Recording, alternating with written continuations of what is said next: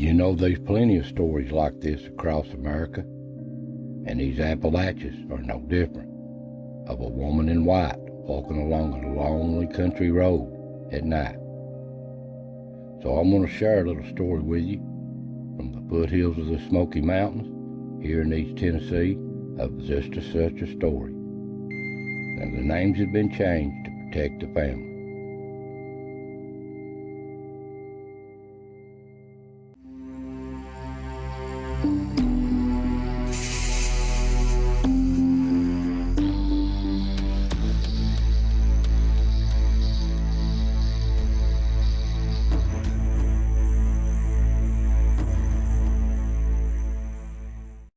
Now, this story takes place in Sevier County, the northern tip of it. What you're looking at here is I-40. And this is the exit 407. And 17 million people come to these Smokies every year now. And chances are, most of them come through here, the gateway to the Smokies. You can see the Smokies in the distance. Now, this is taken on a Monday morning, kind of a slow morning. But this place is bumper to bumper, I'm telling you. But who can blame them? It's such beautiful country here in these mountains, and everything in the world to do here. Such a beautiful place. But this is northern Sevier County, called Kodak. It used to be called Northview years back. This is Kodak, Tennessee, in the northern tip of Sevier County. Well, let's go back. Let's take this story goes back 150 years ago, before all this rat race and all this roads and tourism. This is what she looked like back then. Beautiful country. Places like this, just rolling hills, just before the foothills of the Smokies there. All the little farms, communities, nestled at the foot of these mountains. This is what she looked like. Now, here's a map of 1888 of northern Sevier County. And here circled in yellow is where the story is supposed to have originated. And this is the area we've been talking about. And you got to remember back in them days, these were the roads back then. This wasn't long after the Civil War that this happened. This was the kind of roads it was back in them days. And there was no bridges. Across these rivers, they still used ferries. This was a big livelihood back then. But this is the way they got across the rivers. And I've been told in stories that riverboats come out of Knoxville up the French Broad up through here. Traveled these waterways, hauling supplies and people. And they did have some covered bridges around the area. This is like one in Sevierville here outside of Sevierville, the Harrison Bridge, covered bridge. They had two of them here in Kodak, similar to this, back in the day. And the little communities look like this. A store, a mill, a post office. Just to get together. And a church or two here and there. And they lived in homes like this around these big farms. Old farming houses back in the day. Places like this, big families. Time's gone by. A lot of these places are gone. And little houses like this one's out of the Smoky Mountains on Roaring Fork. And here's went to schools like this. This is a school that still stands today in Henry's Crossroads at 139 and 66 in Kodak. And all their mail. This is how Kodak got its name, by a mailman. He was trying to figure out a name for this place for a mailing address. And He was delivering an roll of Kodak film, and he just decided to name this place Kodak. That's how it got its name. And for pastime, if it wasn't hunting or something, it was fishing. Just a relaxing time back in them days. Easy, simple life.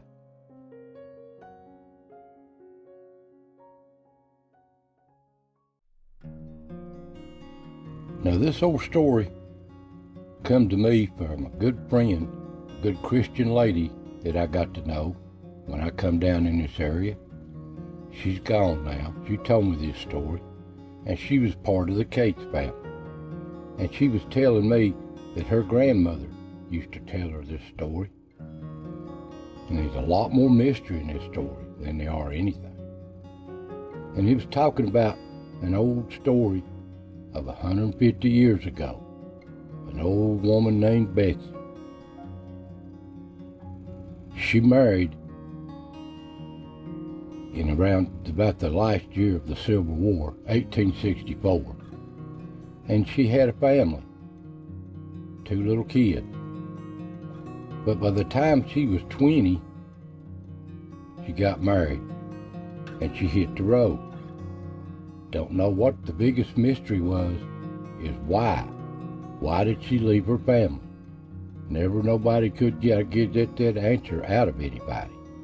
But she would wander up and down the road, even into the next surrounding county. And she would just walk the road, wanted to wander. And the community tried to take care of her. They even set her up in another little old cabin, but she wouldn't even have that. She would just hit the road, wander. And she would just sleep wherever she was when it got dark. A barn, hayfield, woods, it didn't matter. And some people took her in, tried to take care of her, because everybody knowed her. She was always walking the road, and no matter where she go, she'd come back to around the Kodak area. Walking the road. Everybody got to know her. I guess other communities had people like that walking around. But anyway, she done this till about 1894, and that's when her luck run out. And you gotta remember, back in them days, there was no food pantries or nobody, no special shelters or nothing. You was just on your own. That was the biggest mystery, why she just left her family and went to wandering. Well, the last recollection they seen of her, she went to a store one evening, and they knowed her, to get warm on a February in 1894. And she'd get herself warm. They'd give her some snuff, they said, and take care of her. Even the store owner would give her a good warm meal when she come by, occasionally.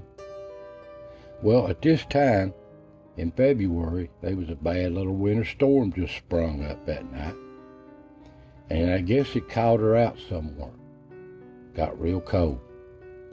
Well, the next morning, a local farmer found her down on next to the river under a tree, froze to the ground. So sad. Why she didn't go to somebody's home or something, or just didn't make it, I don't know. But it is a sad story. So she had to be around 50 years old when this happened to her. Well, anyway, the community knowed her, and they even built her own little coffin, dug her own grave, the community did, take care of her, and buried her in a nearby cemetery. A little cemetery called Underwood Cemetery, just off 139 here in Kodak. And people say that long after that, they traveled these roads. Just about the time the combustible engine come in, they could see a woman walking down these old country roads, back roads, dressed in white. And when they come up on her, she would just disappear. And this went on for many years. It wasn't constantly, just here and there on certain nights.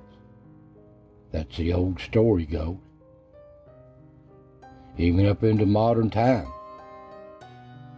you travel off these main roads, back on the old back roads of the old times. That's where they would see her.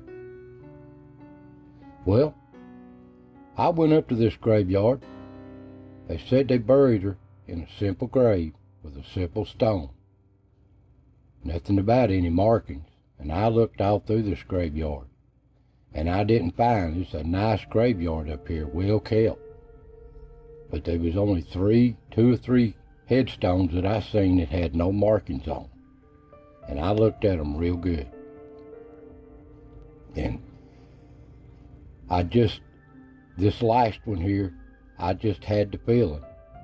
I just had the feeling that this was her, old Betsy laying here.